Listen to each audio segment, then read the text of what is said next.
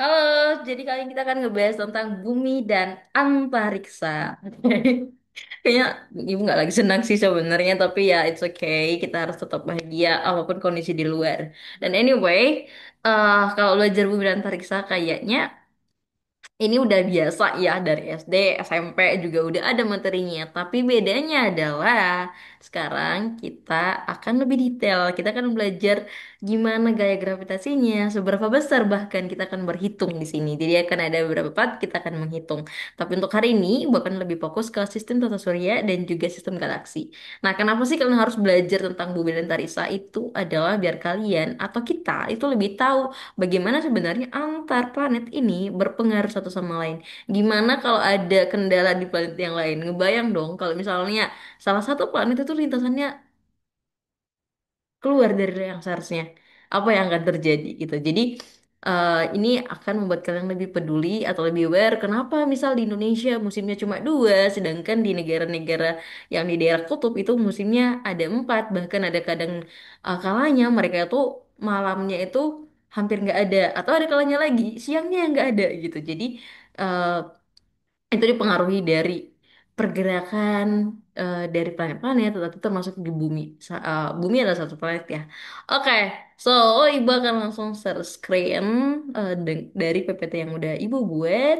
Hopefully kalian bisa ngedengerin dan bisa enjoy this class. Balik lagi cuman dua topik ya hari ini.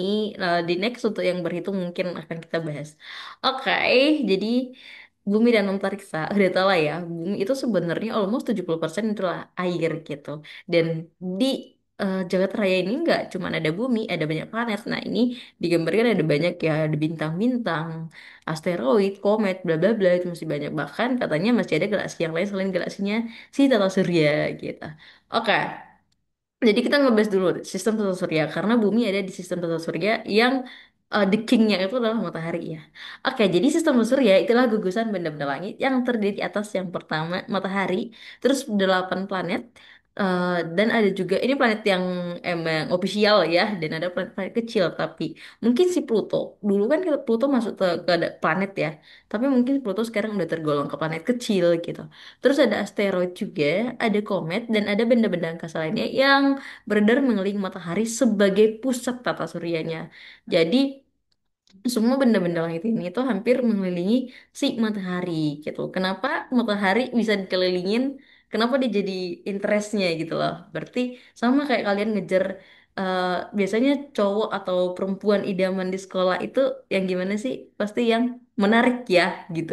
Nah, sama berarti si matahari pun punya daya tariknya sendiri, yaitu gravitasi. Jadi di antara semuanya, emang yang punya gravitasi paling besar itu adalah si matahari selain karena dia juga besar. Jadi ukuran planet pun ternyata akan mempengaruhi si ukuran gravitasinya gitu. Oke. Look at this. Oke, bergerak ya semoga ya di layarnya. Nah, kira-kira inilah lintasan yang di tengah itu adalah matahari dan yang lain-lain ini adalah si planet. Tapi ini versi yang planet yang gede ya, yang kelihatan ya. Ada juga sih sebenarnya yang kecil-kecil yang ini nih. Nah, ada yang di tengah, ada yang di paling luar ini gitu. Jadi mereka punya lintasannya masing-masing. Dan gimana kalau ada yang keluar dari lintasannya? Wah, itu sangat berbahaya ya. Oke. Setelah ibu masuk ke yang pertama matahari. Matahari itu ada lapisan-lapisannya loh ternyata. Selain tadi kenapa dia bisa sampai jadi pusat dari tata surya. Jadi itu ada korona, ada kromosfer, terus ada fotosfernya. Nah, di fotosfer itu sendiri ada zona radiasi dan ada juga zona konveksinya. Dan ada inti mataharinya atau disebut juga sebagai core-nya. Oke, di sini nih pembagiannya nih. Corona itu yang paling agak luar ini ya. Oke, sorry. Nah, kromosfer yang mana nih kromosfer nih? Udah mulai masuk ke bagian yang tengahnya. Fotosfer. Oke, fotosfer udah masuk ke ranah yang kuning ya. Nah, di situ ada dua juga zona radiasi dan zona konveksi ini bisa kalian lihat nih dari gambarnya ya. Dan inti matahari itu yang paling pusat itu intinya. Yang di kedalaman sekitar 200.000 kilometer gitu. Oke? Nah, apa aja sih aktivitas matahari? Jadi aktivitas matahari itu yang menghasilkan radiasi yang akan menjadi berupa cahaya dan juga panas, panas ya di matahari ya. itu akan mengakibatkan yang namanya granulasi, terus bintik matahari atau sunspot, lidah api, dan juga suar matahari. Nah, oke. Nanti kalian boleh cari lebih detail lagi apa granulasi bintik matahari yang gimana gitu. Ini jadi tugas ya. Oke, berikutnya ibu masuk langsung ke planet. Nah, planet itu ini ada planet bagian dalam sebenarnya, Mbak. Jadi pembatasnya adalah bumi. Jadi yang bagian dalam berarti yang dari matahari sampai bumi. Jadi berarti ada Merkurius atau sering juga disebut sebagai bintang fajar gitu. Jadi kadang katanya kelihatan dari bumi tapi nggak sering ya gitu katanya di pagi-pagi hari makanya namanya bintang fajar gitu. Terus ada Venus atau sering disebut bintang kejora. Nah, terus bumi. Nah, bumi lah tempat planet ini dan antara semua planet yang punya kehidupan ya gitu. Terus ada Mars, ini planet merah dan katanya ini lumayan mirip bumi ya, tapi untuk cadangan air dan oksigennya nggak sebanyak bumi. Dan katanya, katanya lagi, karena ibu belum pernah ke sana ya. Kan katanya ini pengen dibuat jadi tempat untuk mindahin manusia-manusia ya ke sana ya katanya ya. Mungkin itu project yang kita nggak tahu gitu karena ada banyak hal aktivitas yang mungkin itu nggak disebarin ke publik ya teman-teman. Oke, terus berikutnya ada Jupiter. Ini adalah planet yang terbesar gitu. Eh, dan karena dia planetnya terbesar, gravitasinya juga gede, makanya dia punya banyak satelit gitu. Satelit itu yang kayak bulan dengan bumi gitu. Jadi bulan itu satelit alaminya bumi gitu. Dia akan beredar mengelilingi si bumi sambil nanti juga akan beredar juga mengelilingi matahari. Oke, and then ada Saturnus yang ciri khasnya adalah dia planet yang bercincin gitu. Jadi ada ini sebenarnya awan-awan gitu loh ya, yang cincinnya awan, debu kayak gitu. Jadi itu bentuknya kayak cincin. Next ada Uranus yaitu planet yang paling dingin dan ada Neptunus planet yang ditenai sebagai planet biru. Oke, kita masuk ke asteroid karena tadi udah ada matahari, eh, planet yang ketiga adalah asteroid yaitu planet minor atau yang kecil ya. Nah, ini contoh penampakannya asteroid ya, teman-teman. Nah, jadi ada asteroid itu yang berbentuk bulat, ada juga yang lonjong gitu. Dan permukaannya tuh tajam banget dan kasar gitu. Nah, jadi untuk orbit itu kayak lintasannya gitu ya. Lintasan dari asteroid itu berarti eh, banyak di antara si Mars dan Jupiter. Balik lagi, kemungkinan ini adalah karena si daya tarik atau gravitasinya si Jupiter itu tinggi gitu. Dia besar kayak gravitasinya, makanya dia bisa kayak menarik asteroid di sekitarannya dia. Makanya ada di antara garis edarnya Mars dan Jupiter gitu ya. Jadi asteroid ini tergolong benda langit dengan bentukannya tuh enggak teratur gitu. Dan sebenarnya dia tersusunnya tuh adalah dari debu dan juga es. Oke, jadi asteroid ini diklasifikasikan lagi teman-teman. Jadi ada yang jenis karbon, ada yang jenis silika skeus. Ibu tahu ini ada di buku kalian. You can try to open your book and make a notes, use my videos and from your book too. Okay, so you have to complete each other. Next, jenis metalik juga. Nah, metalik apa gitu?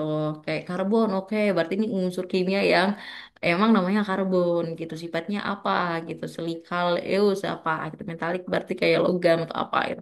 Terus ada jenis yang pestapoid gitu. Nah, jadi beberapa asteroid ini berhasil diidentifikasi yaitu adalah si asteroid Ceres, Pallas, Vesta, Higea, Encaramnia, dan juga Baptistina. Jadi ada banyak yang udah diidentifikasi dan dikasih nama ya biasanya. Jadi kalau misalnya belum teridentifikasi yang gimana ngasih nama ya gitu. Karena balik lagi asteroid ada banyak gitu. Jadi mungkin akan butuh waktu, dana, tenaga untuk meneliti one by one gitu. Dan kita nggak pernah tahu kapan bisa sampai meneliti semua asteroid dan semua yang di Jakarta Raya ini kan. Nah, oke. Jadi yang sejauh ini ada beberapa yang udah kita. Oke, next. Wow, ini nggak bisa nih slide-nya nih. Nggak jalan. Wait a minute ya, agak kendala nih. Oke, berikutnya kita ke meteor. Meteor itu, oh ya, ini masih share screen kah? Hopefully still ya. Oke, Kayaknya berhenti. Oh, berhenti share screen. Oke, kita sambil beralih ke meteor yang mungkin paling sering denger ya. Oke, berarti what else? Oke, meteor itu adalah eh, batuan yang bisa jatuh ke bumi dan bergesekan dengan atmosfernya bumi, tapi akan terbakar dan lenyap menjadi debu biasanya ada. That's why seberapa penting atmosfer? Penting banget. Selain jadi saringan atau filter untuk sinar matahari, sinar ultraviolet yang masuk ke bumi, dia juga akan menjadi garda terdepan untuk ngejaga kita kalau misalnya ada meteor gitu. Nggak ngebayang kalau misalnya gak ada atmosfer. That's why lagi-lagi anak muda apa yang bisa kita lakukan dengan adanya sekarang penipisan ozon, atmosfer yang makin rusak gitu. Ya, let's keep our earth gitu. Apa yang bisa kita lakukan, lakukanlah gitu.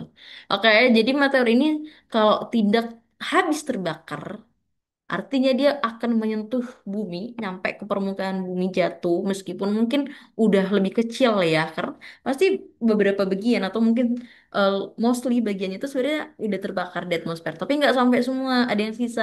Yang jatuh itu namanya kan jadi meteorit pakai T, oke?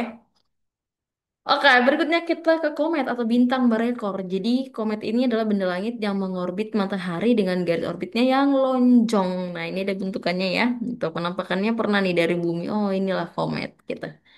Oke, ini tadi yang, oh iya, ibu belum gedein. Nah, ini yang total surya yang tadi yang lebih gedenya kali ya. Nah, jadi emang mereka punya lintasannya sendiri. Dan lintasan ini nggak boleh saling bertabrakan satu sama lain.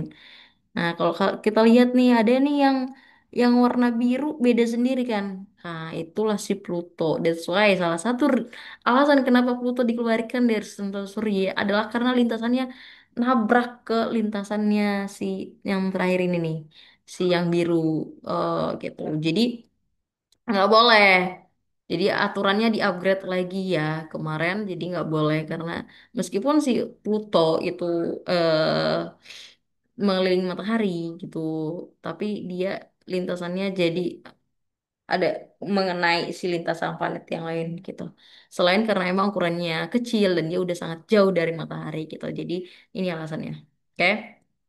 Next, kita masuk ke sistem galaksi. Jadi sistem galaksi ini adalah kumpulan bintang yang sangat banyak dan membentuk gugusan dengan pola tertentu.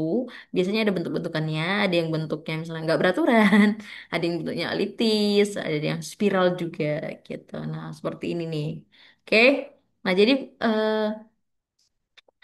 yang pertama kita ngebahas dulu bintang dan rasi bintang. Jadi bintang itu benda langit yang bisa mengeluarkan cahaya sendiri, ngasilin cahaya sendiri. Nah nanti itu akan terbentuk dari prosesnya yang menyatu dengan debu antariksa yang kaya akan helium dan juga hidrogen gitu. Jadi uh, salah satu bedanya bintang sama planet atau dengan satelit adalah dia bisa menghasilkan cahaya yang sendiri, tidak hanya memantulkan gitu ya. Jadi kelompok bintang itu pun sebenarnya ada bentuk-bentukannya. Ya, that's why disebutlah sebagai rasi bintang atau constellation. Constellation ya, oke? Nah, ini yang biasanya kalau kalian pernah dengar, oh, kamu rasi bintang apa? Gitu-gitu. Oke, jadi ada rasi bintang yang dia tuh masuk ke eh yang paling mudah diamatin ya. Itu ada yang masuk Ursa Mayor, ada yang Ursa Minor. Nah, dia yang mayor itu berarti yang versi yang agak lebih besar dia ya. Ada yang Orion, ada yang Crux atau gubuk penceng, ada yang Scorpion. Ini kayak zodiak-zodiaknya kalian sebenarnya kan ada bentuk-bentukannya kan. Nah, ibu malah pernah ngeliat yang kayak ada hiasan gitu dia membentuk sesuai dengan zodiak gitu. Nah, nanti kalau you wanna know more, you can ask atau discuss in other karena video ini kan akan terbatas ya teman-teman. Oke, jadi ibu hanya yang secara garis besarnya aja. Oke, nah galaksi Bima Sakti atau sering juga disebut sebagai Milky Way. Nah ini adalah penampakan dari bagian galaksi Bima Sakti yang terdapat atau terlihat dari bumi pada kondisi langit yang sangat-sangat cerah. Nah itu galaksinya. Oke, untuk overall karena sebenarnya di buku kalian nggak banyak tentang sistem galaksi dan ini bukan salah satu yang paling mainnya gitu, so mungkin ibu akan batasin. See you nanti aku juga akan kirim tugasnya di Google Classroom. Please check your Google Classroom guys and stay safe ya. Assalamualaikum.